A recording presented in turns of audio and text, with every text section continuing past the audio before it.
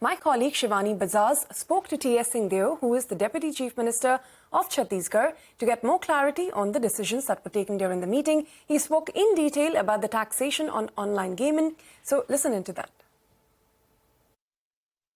The main decisions were one on the rate of molasses, which has been reduced from 18% to 5%. There were other issues which came up, GST on railway products, a lot of things. There were ferry services which international ships were providing.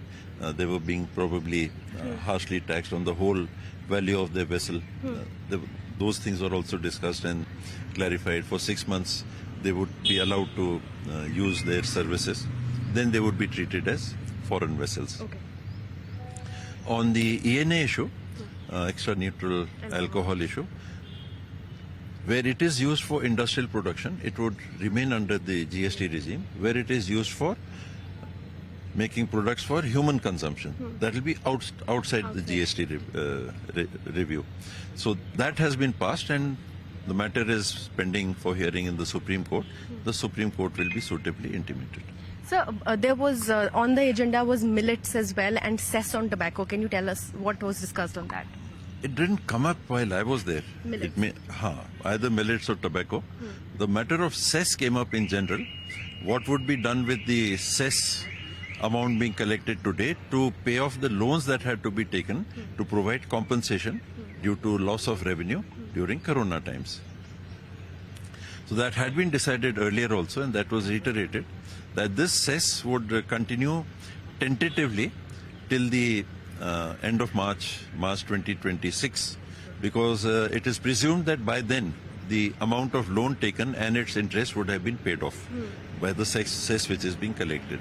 Now, the reason why the cess had been collected earlier was to provide for loss of revenue to states who were not getting the 14% projected annual increase in their state revenues. So those states had to be compensated. That was the purpose of the cess pool. Now, since the 14 projected revenue provision has lapsed after 5 years, now it has lapsed. So there is no reason as the cess pool amount is because the money that had to be taken as a loan has to be paid back. So that burden should not be the governments or the state government. So it had been decided that it would be provided, continued to be provided through the cess pool amount. Karnataka minister raised the issue that what will happen after the loan and its interest have been paid off. Will cess continue? Will it be discontinued? Will it continue for other purposes? The purpose earlier was to compensate those states who were not reaching 14% protected revenue. So now that regime is over. Provision in the law was for the 5 years. That period is over.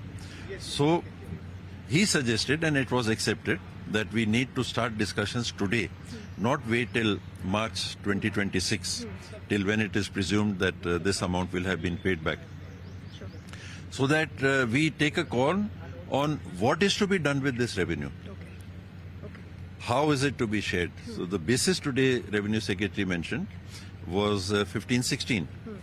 So do we agree to take the call that we base the distribution, if we continue with the cess amount, on the revenues of states in 15-16, or do we take a fresher date, a more current revenue figure?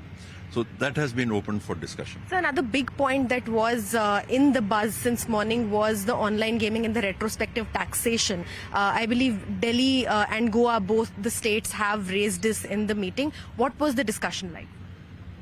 Their concern was that, for one, this sort of retrospective taxation is impacting a nascent industry. It's a new industry which is coming up, and it has been able to provide a lot of jobs. So all that may get impacted, and it may come to closing. But as per discussions earlier, that for one, this is not an industry that should be supported because it is seen as a sin industry. As an immoral activity, gaming or gambling is seen as an immoral activity. So that is why that decision was taken in the last meeting, and it has been ratified today. So that is a closed chapter. The issue today was on the GGI issuing recovery amounts, which were excessively high. So they say, how can they pay retrospectively? This 28% has come in from the 1st of October 2023. So they are claiming retrospective taxes, which are very heavy. And Goa quoted figures of turnover of 3,000 and a tax demand of 16,000 crores. So obviously it is unrealistic and unjustified and unjust. So Chairperson ma'am, she stated that the GGI is an independent investigating agency. We cannot direct them to do this or that. If they need any clarification, we'll give it. While speaking to the media,